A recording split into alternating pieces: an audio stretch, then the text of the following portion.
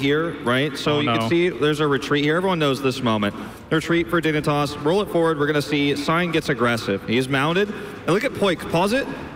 Look at Poik. He's split off. Azalea and crew are going up this way. He comes this way. Sign sees. Everyone's had this moment as Murden where you think, okay, I could kill this Jaina 1v1. But it's not a 1v1, right? He sees him. There's the split off. They use this movement to go up, but Azalea does not. Or excuse me, Jaina does not. So look at where the rest of Tempest is on the minimap. Too far away to support. As he roll it forward, he just pops the water elemental, turns this around, and so much damage coming out from Northern Exposure here, and he's just getting burst down. Hyde comes over, he's trying to help, but everybody else on Tempest is just way too far away. So Sign clearly not communicating with his team well here, hoping he can get a solo kill. It's not going to happen. So as you roll it forward, you can see what happens. Slow coming through here, all that extra damage coming out, the negative 75 armor reduction, and then he is blown up. And Burst is the name of the game here for Team Dignitas. Once again, I want to watch this moment now too, as we see one time when Phoenix gets caught out of position, it's just chain stunned and blown up. Look at where Dami is right now. The Blessed Shield's going to come out from JPL. He's the star here. Watch this. Moving forward, Dami comes in, overextends to get his Q. Pause it here. He's stunned. Look at this situation. No one can save him. Or they're all out here. Shield's not going to save you in this moment. Phoenix doesn't have that much health.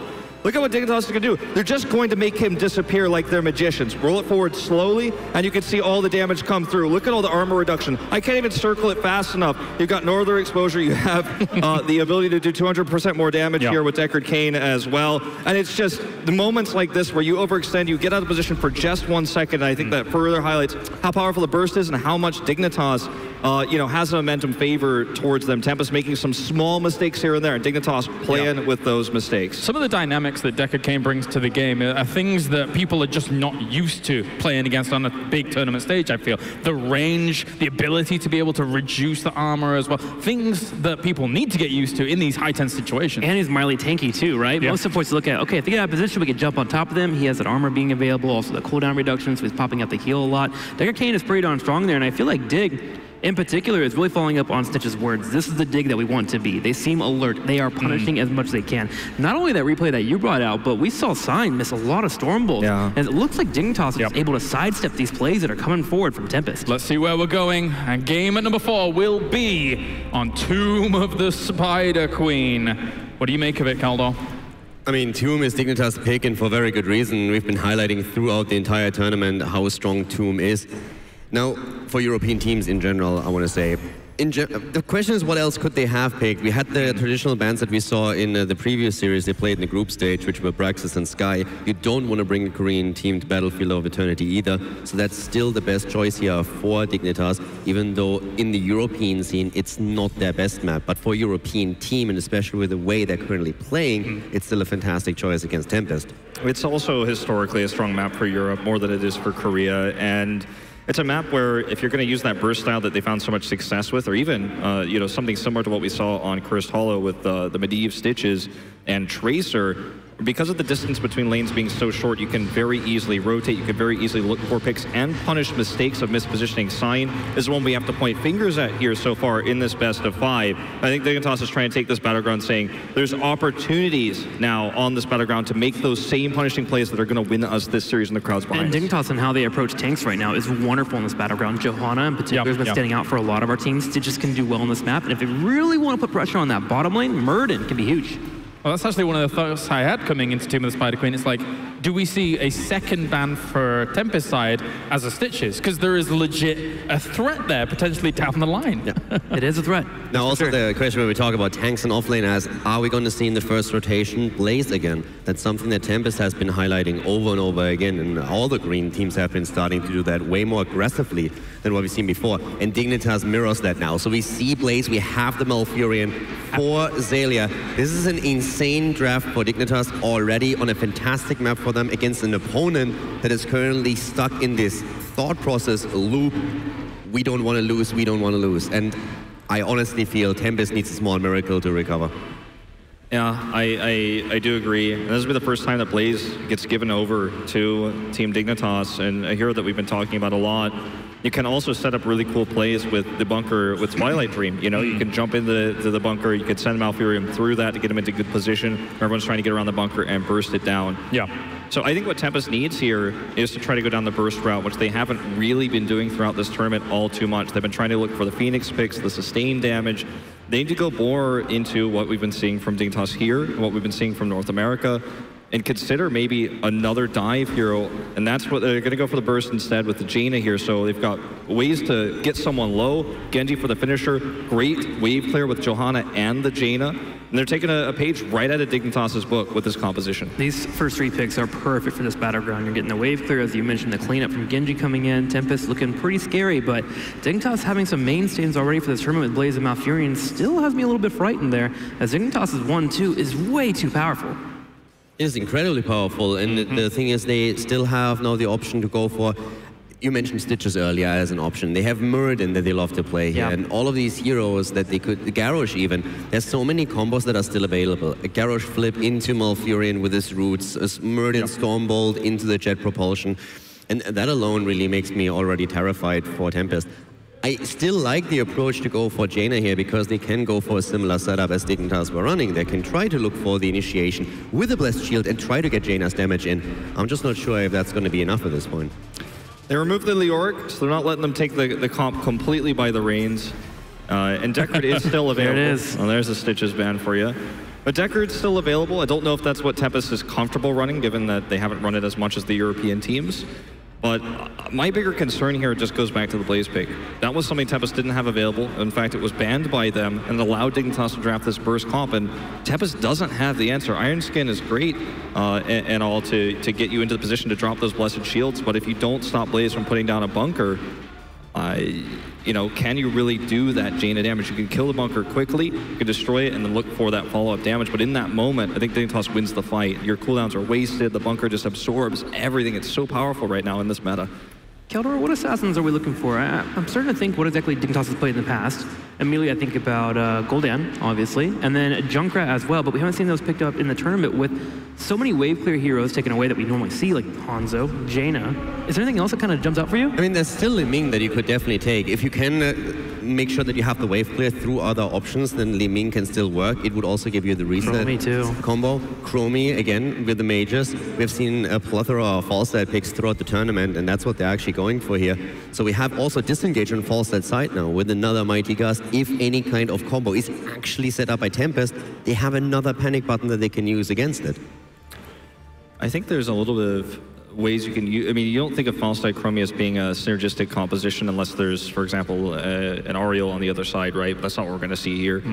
But I do think if used correctly, if you Falstad Gust 4 targets away, if you have the right angle and leave one solo, there's a lot of ways to make the Chromie get a blow-up target in that moment. You could also gust someone into a position, like into a corner or into a Merc camp to where they cannot avoid Chromie's ability to burst somebody. So it can work, but the synergy isn't glaringly strong for me with these 2 picks alone. There's ways to make it work, but it's not by default a good pairing here. One of the things that I would actually like, now that I'm seeing more what they are choosing on the side of their backline, is I think they're most likely going to go Muradin, to be honest. But I think Garrosh would be a bit better, because if you play Garrosh here, you can just go for the taunt. You can stay close to Chromie and Falstad, and you can wait for Genji to make the engage, and Genji will either have to say, okay, I can't go in, or if he goes in, he's exposed to the taunt, and then they can burst him down, or at least put so much damage on him that he has to immediately retreat.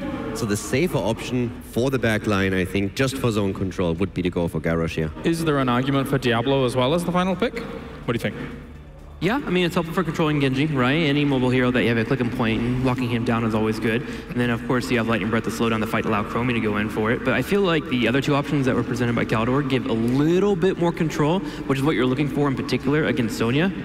Gosh, she's going to be annoying. She's able to get that back line. Granted, you have Mighty Gust, so you can kind of give a little bit lax there when it comes to tank. I like the Muradin much better, personally, because I don't think Garrosh is going to do as much against Iron Skin. You're up against a comp that's going to be roaming, looking to kill you anyways. So if you're presenting yourself as a Garrosh player in the early game, of course, looking for those kind of picks, you might end up actually costing yourself big. You might actually end up dying to that Jaina burst. The Garrosh was more of a personal thing. I mean, as I said before, I expected them to head into Muradin because it screams JPL, and that's really the setup that they've been using now for so many games here too. So doesn't shock me too much, and I don't hate it either. It's like a good Stormbolt. You have it into a Chromie comb with Malfurion roots too. There's a lot of setup that they have with this, and I think it's really powerful for them. Time for predictions. I was really scared, you know, until I saw the Chromie pick. I thought, you know, this might be Dignitas' time to get a vote from me, but even though the crowd's against Tempest and they're, I think, mentally probably a little bit broken by that and the momentum that's against them, I think they've drafted a really solid comp for the map. I think they've got ways to shut down the Chromie, and I am, again, going to stick with Tempest. Okay. I think the only way that Tempest gets a win here, actually, is if Genji pops off and is able to find kills, but with the control being available for Dignitas and Blaze being on this roster, I can't vote against that. I'm going with Dig. I'm going with Dig as well. I think Tempest simply, they have a good draft, they have the tools, but I think from a mental perspective, they're not going to take this. Everyone will try to look for a play like we saw with Sign Mirrored in the last game. That didn't work out for them, and I think they're just in chaos at this point. Going with Dignitas as well. When you think about the roster that they have available to them here at the mid-season Brawl, they are looking on point to try and push themselves to the grand final. 85%, I'm getting the number right this time, are going to be able to move on. I didn't even notice last time. I was on autopilot, and that's how that goes. Let's head over to our commentators as well. What do you guys think? Is this Dignitas to win? Don't worry, Wolf. I know what it's like to be on a panel full of European people. I had to deal with it in Tempo Storm Dignitas yesterday. It always feels good when, you actually can root for your team and feel good about it. I think for Wolf, I agree with him. This draft does look pretty good for them. Yes. All right, well, thank you very much, guys. Take it away. A lot of early game lane control, especially for Tempest, but should we see the Chromie, the Fall start to ramp up in the later stages of this game, this could be Team Dignitas sending it home. We saw how much Falstad had control on the side for Tempest in game number 1. I think they're going to be trying to replicate that here on the side of Dignitas, but first, we have Tempest here on the left in blue. It will be Dami on Genji, Sign on Johanna, Lockdown on Jaina, Good on Sonya, and Hyde trying to make a name for himself even more on that Kerosene. Give it up for Tempest. One game away from the grand finals is this team in red. Wubby playing Blaze, Zaelia on Malfurion, Poik playing Chromie, Snitch on Falstad, and JPL playing Murden. Give it up for Team Dignitas. Gilly, we've seen this adaptation before for Jaina players, is to try and get that frontline control, going for that extra slow duration. Here, you get globes pretty easily. Seems like that would be the choice, try and get that burst damage, but some change up here. Wubby, super aggressive on this Blade. Any thoughts on getting that slow on the front, though? You mean for Jaina? Yeah, I mean, it just feels like between the bunker, between the dwarf toss, it seems like you're not going to get a whole lot of value on it. Yeah, the Jaina has been used throughout this tournament as trying to get the extra slows on controlling the front line of teams. But here, increasing the duration of Chill is going to give them even more control over the front line. That's what I would think. We've seen a lot of teams be willing to dive past Muradins, right? But diving past a Muradin and Blaze with Bunker 2 seems like it would be more difficult. So we'll see how it works out. What's interesting to me is that Tempest has been so willing to change up a lot of standardized talents, not picking Earth Ally versus Tracer, for instance, or Kala's Celerity over Kala's Light in the last game versus a heavy burst style composition. So for Tempest, this must work for them because they are on their last life here at the mid-season Brawl. Well, Gilly, we've seen some interesting approaches towards these night camps on some of the other battlegrounds, but we know teams love to prioritize this in the early game. Jaina, despite that spell armor that the mage gives to those, Jaina does have pretty good clear on that, and I wonder if Dignitas, obviously Chromie, has to prioritize that. If you can get some of that early structure damage in, as we see JPL taking a little bit of damage, but if you can get that early structure damage on that mid lane and then turn that into walls going down with that first turn in, that's how you can snowball on this battleground. But it looks like Tempest not going to push too hard with theirs. You know, as I think about it too, having two people like Sonya and Genji who can chase people down effectively, maybe that's where we're seeing the lingering chill come in for lockdown. Either way, Tempest do get the control over these lanes with that double camp pressure, and we know that there's a lot of kill possibilities for Tempest in the early stages of this game because of the Genji and the Jaina rotations, and even the Karazim too. They can definitely get some kills, and that enables them to have better presence around these lanes, which should in theory let them get more gems turned in. But Team Dignitas, they're a European team playing on Tune. They know what to do in this game. Then they are leading in the gems turned in. You say that they know what to do on this because they play it so much. They also play it the longest.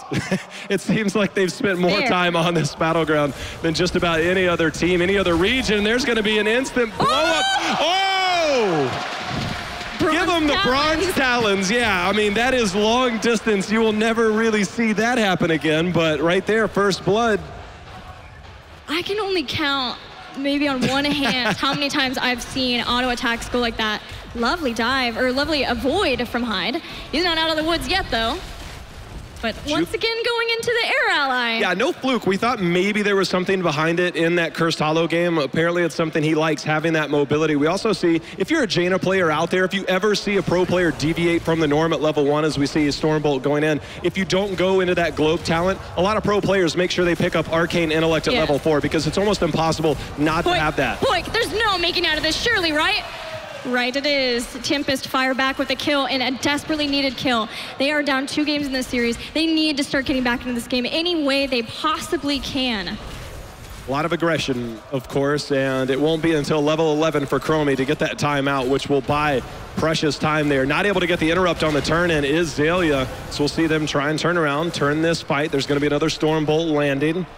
But the first turn-in is going to be here for Tempest, and this is something that I go back and forth on, Gilly. Yes. Early turn-in does not net you nearly as much. Remember, these scale per minute, so 4 minutes in, you're not getting a significant amount of value unless you can find a pick, unless you can siege up. We'll see if they can make that happen here on the first turn-in. They do have a lot of wave clear, so they can push these web weavers to get as close to the towers as possible.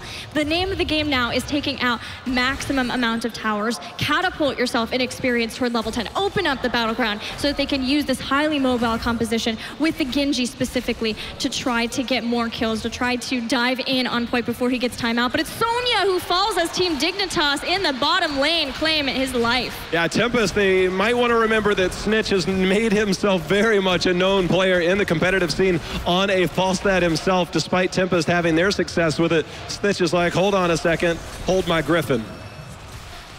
Well, up in the top lane, the rest of Tempest, after taking out towers in the mid, move to the top, get a well here, and are going to put some significant damage on toward the fort. That dive could not have come any faster. Root has caught Hyde now. This is a dangerous spot. Jet propulsion follow-up. The stun lock is good for a Dignitas kill. Now, very good follow-up there, because Chromie did have some of her damage split over to save that fort, and saving that fort they did, but also getting the kill onto that, that's having your cake and eat it too. And for Dignitas, finding themselves even on experience after that early turn-in, now have an opportunity, Gilly, to get their turn-in, get towards 10 and see if they can take control over this battleground. This is normally where that counter punch comes in, and right now, Dignitas is going to try and make it happen, but Sign has other things in mind. Jay, how you and I talked about, that's a blizzard that needs to be dwarf tossed out of. Time trap stops good from following in. Jet propulsion doesn't hit good, or doesn't hit Dami. Temporal loop. Temporal loop was used. Look for the burst to follow up. Good night, Jaina. Well, it won't be until 16, Gilly, that those won't be as impactful. Yeah, impactful, because Cleansing Touch, we've seen Hyde use it going into that dash there. I think it's going to be, you better get as much as you can if you are Chromie.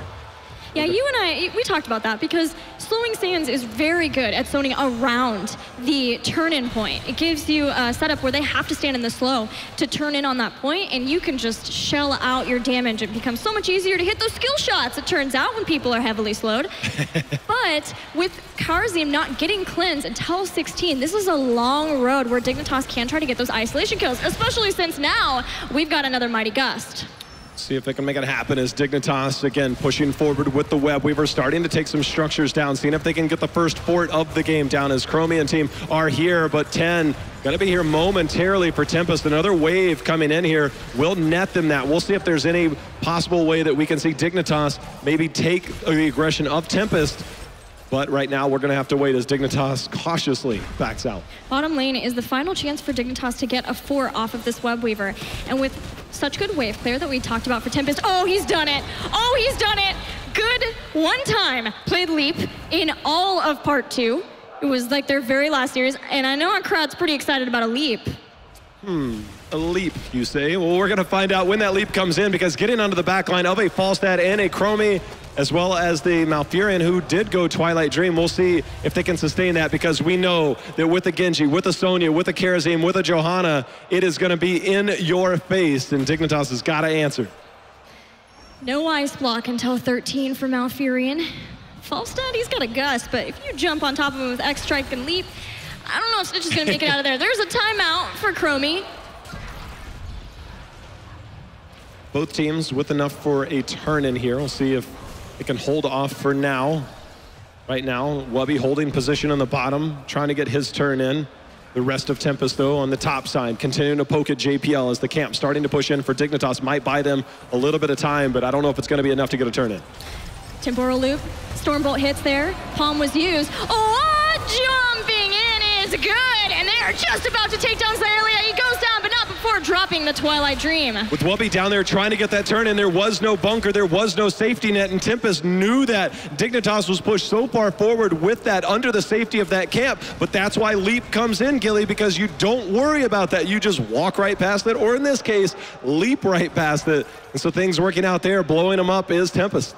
And now this is a lot more difficult for Team Dignitas because Hyde has shown his hand, and that is the palm. Giving the palm after the temporal loop, and they just engaged after that. Now Leap is down, Good is caught with all of Dignitas. A heal from a dash, but it's not enough. Sonya goes down. They're looking for more as they get the stun onto Hyde, dashing out. I don't think he's going to need any more, but JPL says you just might. There goes Hyde again. Stormbolt's going to land, and that's going to be another takedown. They hop into the bunker. They're going to be safe for now, so Dignitas turning the tables here on Tempest, as Tempest still has that Webweaver push, but now, Gilly, that's going to be negated quite a bit by the fact that they are unable to push behind it. Right, this is not copacetic for Tempest at all to have a Webweaver phase and have Team Dignitas not only ahead in experience, but get such a free clear on the bottom lane, on the mid lane now. Tempest can't do anything until they're all back up. The only silver lining out of this Webweaver phase is that low top fort that Tempest had brought down with their first Webweavers finally went down, but that's not nearly enough for what was sacrificed.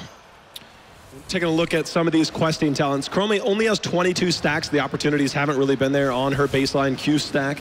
For Falstad, sitting around 31 stacks on his season marksman. This is one of the better stacking battlegrounds that we have. So Falstad, again, just like on Dragonshire, will have quite a bit of potential, especially now the fact that we see the giant killer as well.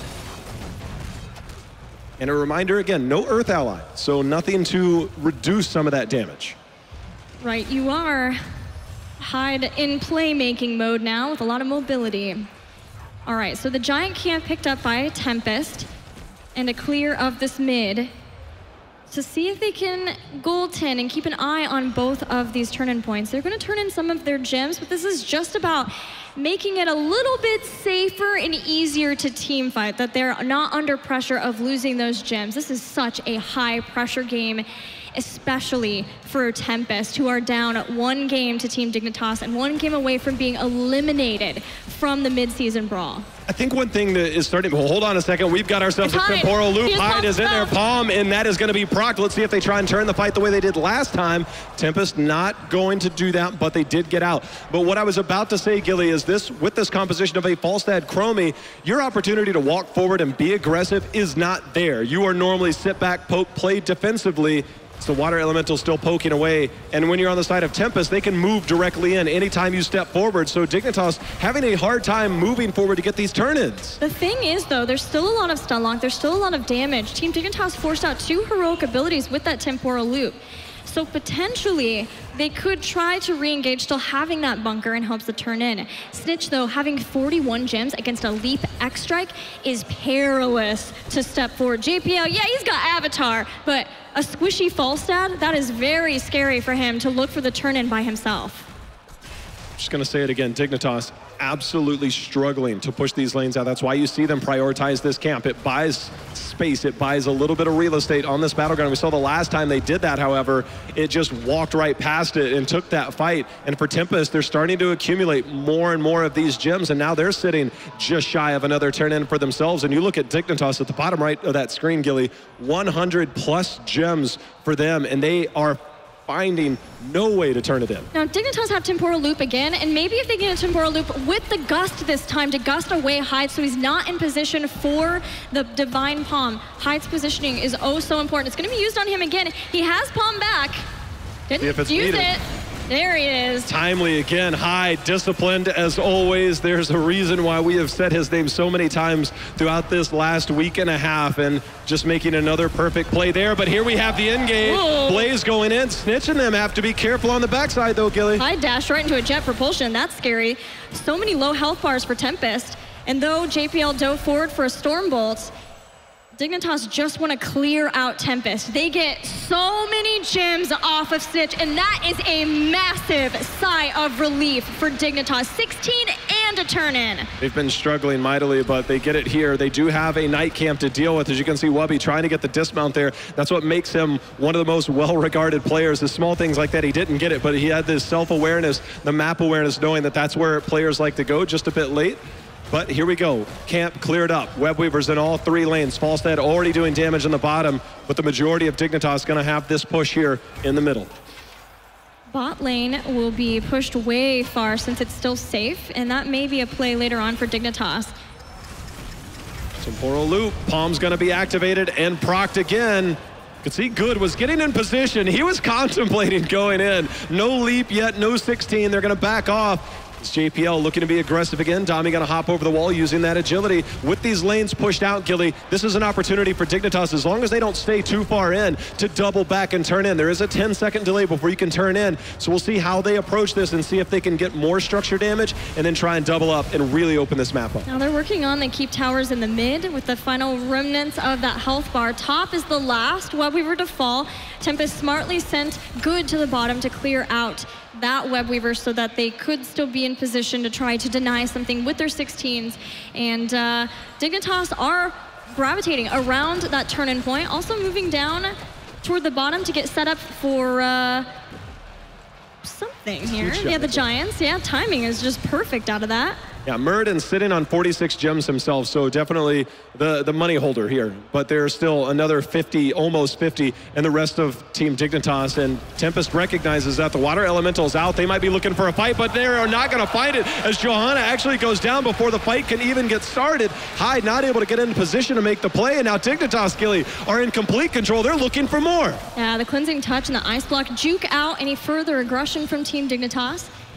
The Giants in the bottom going to have to be dealt with at some point. Dignitas get so many gems turned in. Tempest don't want to allow a secondary turn, and they have sacrificed a lot of structural damage, especially toward the top in the keep there. And there's a 2-level lead, meaning that the time is up to fight. But unfortunately, without Johanna, they don't have their frontliner. Hyde's going to have to do it once again. Still has the dash available, puts that air ally over, and now does he have a Swift Strike available? He has the X Strike and just barely gets over the wall. The Cleansing Touch going to be there as well. But we're looking at another turn in here for Dignitas. Starting to open up this battleground, Gilly. Starting to look towards taking keeps down, potentially getting 20. And I think they might be sitting on near enough gems in the near future to maybe try and just close this out. The incredible plays here, trying to outplay the Palm and then look for the follow-up stun, but then the dashes from Hyde. Working out so far in Tempest's favor, but losing Sign there was such a problem. It may end up being the nail in the coffin, because with these Web Weavers, Team Dignitas are sieging keeps in multiple lanes. They dive for it, Jet Propulsion is there, and a Cleansing Touch is used to bail Sign out of danger. Water Elemental buying a little bit of space, and you can see the armor reduction coming in there from Jaina, trying to hold off, but the mid keep should be falling soon. It looks like Dignitas has their focus here. The rest of the Web Weavers starting to get cleared up. Top keep is gonna fall as well, and that's gonna be the first to fall. And with this mid one, if they can get this, they might get 20, but Dignitas, they're actually gonna peel out of here. They realize Tempest knows, Gilly, this is their last fight before 20. Dignitas, they're gonna back away. Yeah, Tempest smartly also left that top Web Weaver, knowing that it was already going to get the keep. They didn't want to allow Dignitas to get 2 keeps, but Dignitas just plays the slow game. This is Dignitas on Tomb of the Spider Queen. This is a place where they feel confident. It's why they chose to go here versus Tempest, trying to close out this series, trying to do more here. Once they get 20 and sieging up with a Chromie just throws Dragon's Breath down over and over and over again. But you can see the time traps in the flank positions, making sure that if you need that retreat point, if Tempest does get desperate. But Dignitas sieging up here, and there is absolutely nothing Tempest can really do about this other than to just take it, and they're gonna have to hold on. They have good wave clear, but the sieging capabilities of Dignitas, I feel, are gonna prove too strong here in the mid lane. Especially with these bruisers, having the spell armor there. As they pick those up, Tempest might simply have to fight here before they get 20 if they feel like it's absolutely necessary, because losing 2 keeps, especially a keep in the top lane where the boss is available too, it's especially problematic for them. facing elimination here, having to make these kinds of risky decisions. Wubby trying to accelerate this a little bit, forcing out a response in the top lane here in just a moment. He cleared out those minions, going to empower those catapults. And now they're trying to hope that enough poke is going to get this. It didn't, and they're going in. This is a desperation fight. There's going to be the continuous wins. It's going to isolate several members with the time trap as well. Tempest on retreat. Cleansing touch coming in from Hyde. Going to buy a little bit of time. But that is 2 heroics used on the side of Tempest as well as Dignitas. And the middle keep has finally fallen. The keep falls. Water Elemental still slowing Dignitas' retreat. Can Tempest get another engagement? Dignitas step forward. There is a lot available on the battleground and 61 gems out of the 65 necessary for a continued assault from Team Dignitas. So what they're looking at is we see the swift strike in, JPL isolated for the moment. There's the slow. Remember, this is an extra slow duration, still 15 seconds away from that mighty gust. Wubby getting the slow himself, getting the oil down. Dignitas holding their ground, and Tempest still a ways away from 20. Snitch trying to get the turn in. There's going to be, actually it's going to be interrupted at the last second. Tempest has enough for a turn in 2. If they could get Web Weavers, it would buy them time to 20. They're going to send good to the bottom while they have these poke heroes for the top, but it's been spotted. JPL stops good from the turn in here, and now the fight moves to the bottom. They're going to have to be careful as this game goes on. Those catapults get stronger, and they are pushing in that top lane. They're being defended here in the middle. There's going to be the Mighty Gust saving JPL, making sure nothing happens. Temporal Loop, he should have another dash here. He does not. Good. Able to walk away from it for now. There's going to be the Stormbolt landing. The Blizzard in return. Wubby going in. 2 members are silenced. There's 1 to fall. Tempest is now all against the wall here. Their backs are against it, and they are going to have a fight on their hands, Gilly. Yes, they are. They can't get away. These slows. Wubby, the control good, dies in the back as Falstad chases him down. That's 2 kills for Team Dignitas. They'll turn in the gems. They'll get some Web Weavers. Gilly, the crowd is starting to feel it. It seems like victory is near as another Web Weaver is turned in here. Catapults in 2 lanes. Dignitas looking to close this series out, looking to make it to another finals 2 years in a row here at the midseason Brawl. 35 seconds until Sonya is back, one of the big defenders, the damagers, the threats toward Team Dignitas. The Web Weavers are coming in, but Dignitas don't even want to wait for it as they try to take out these waves and allow the catapults to get forward. The Web Weavers to amass the final assault on Team Tempest. Dignitas pushing forward, still several seconds before Sonya is back. Web Weavers are landing, here they come. Dignitas trying to close it out. Temporal Loop goes down, as does the bunker. Hyde doesn't use Palm just yet, gets out of there. There's going to be the time trap, keeping Poik alive, but the Web Weavers on the core as the shields start to fall. Dignitas trying to close it out right now. Wind Tunnel lets Dignitas get on the core. They are bringing it down despite Team Tempest's best efforts. 50% and continuing to fall. Snitch falling low. Snitch goes down, but it just seems like it's not going to be enough. I don't know if they're going to do it. They are. Daily is all that's left. They've done it. Dignitas take out Tempest, and 3 teams become 2. Dignitas eliminated Team Tempest, and they'll look toward Gen G in the mid-season Brawl Grand Finals. One of the teams that gave them one of their toughest tests is Dignitas. I mean, Gen G, despite 3-0, you could argue that Dignitas was one of the strongest teams, and they have proven that here in the semifinals. As you can see, they collect themselves after dropping the first game. Seemingly, look, guys, let's return to form, be who we are, close this out, and they've done just that, and they have a lot of momentum going forward. And that was about as close of a core call as it gets, as you saw from us, but Dignitas maintain composure despite losing that first game. They'll take out Tempest and look toward Gen G, and moving on, Gen G has not been able to, or nobody's touched Gen G. Nobody's been able to take out a game, but Dignitas has given them a run for their money. Tempest has done their best. Tempo Storm, even in the group stage. Can they make it through unscathed through the entirety of the mid-season Brawl? That's the big question. Just remember, neither team in the finals has won this event, so that's going to be something to root for as well. But we got, I'm pretty sure, a couple of happy panelists back at the desk, but a lot went on in this series. We'll let them break it down for you. That's right, unity in victory there. Team Dignitas embracing one another, and will be moving on to the grand finals to get that rematch of Dignitas going up against Gen G. And overall, we go to Tomb of the Spider Queen. It's notoriously a very good map for Dignitas in the past, of course, and they're able to round it out pretty convincingly. Yeah, I think Tempest fought hard, and they played a good last map there, but at the same time, Dignitas just played this extremely well. The Chromie ults that came out, the kills that they got, the rotations that happened, Dignitas just showed that they belong in the grand final, and that they have the right to force that rematch against Gen G. I think one thing that's important to note as well here is that Tempest, coming into this tournament, we listened to them when they were playing their group stage matches. They had so much fire and passion to try and get far into this tournament, but unfortunately for them, they are done, Wolf. Yeah, and obviously I'm a little bit sad we don't get to get that rematch, but you know, that's just how it is sometimes, right? Tempest doesn't deserve it. They didn't win it. Dignitas played the better series. They had the crowd behind them. That last game especially was so fantastic. I was watching, you know, back with the replay people, and I was thinking to myself, like, is there any way Tempest wins this game after the early game? There's just no way. I'm looking, okay, Dignitas could, if they mess this up, maybe something goes wrong. If they mess this up, but they just don't make mistakes when they're this ahead. They've been in this position so many times, and it's cool we get to see now the Dignitas, the Korea killer here in the finals against a Korean team. Let's take a look at our top 3 players from that series, of course, because there were plenty, some very, very high level Heroes of the Storm action.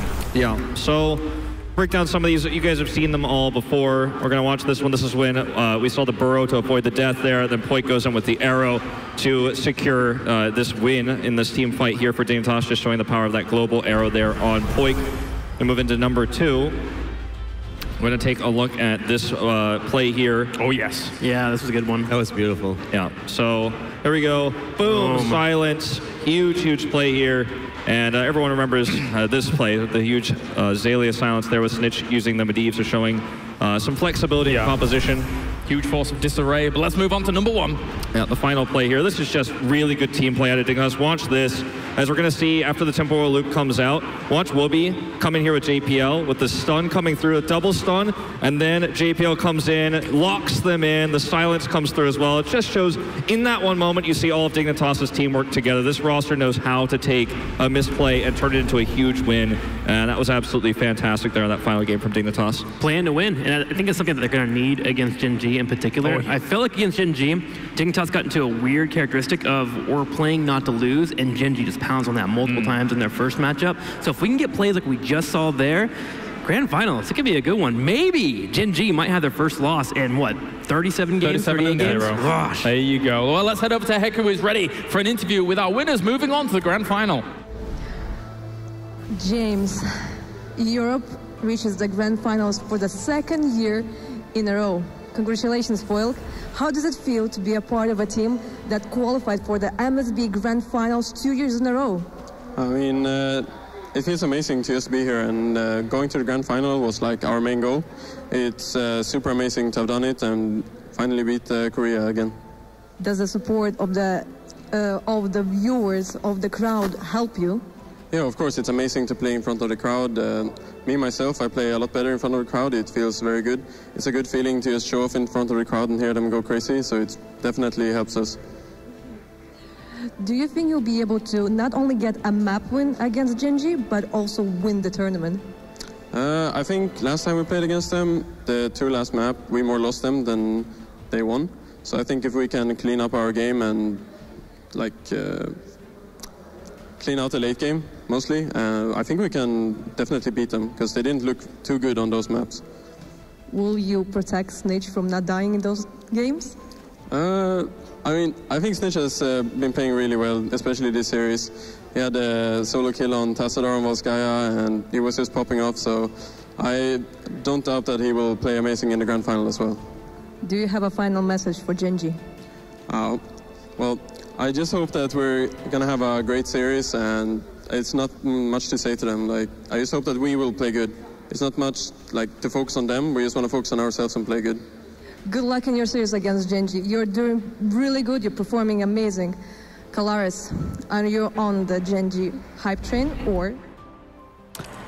Well, I mean, that's quite debatable considering it's Dignitas, but regardless, it's going to be an awesome final. There's so many stories coming into this, of course. Yeah, one of my favorites about this is there was so much, you know, flack as well for Fnatic's win last year because they didn't defeat the Koreans, right? So, okay, you just beat Dignitas. Dignitas did the Korean defeating, right? The Korean killing. So you look at this team that's, again, done the Korean killing. They're in the finals. It's a mirrored storyline, but this time they have the final boss, the best we've ever seen Gen.G play, the best we've ever seen of Korea. We've never seen dominance like this before. And if they could do it here, I mean, that is such a legendary victory. And this has been a goal since day number one they've had focused on this and BlizzCon. They've mentioned that they want to win the MSB. They don't want to be the runner-ups again. So Dignitas is going to be coming in hot, and I want to see that passion that we've had from them since the beginning of the year. There's so much. Wooby, final after final after final after final. Now on Dignitas, another final. Yeah, and what Tim just said,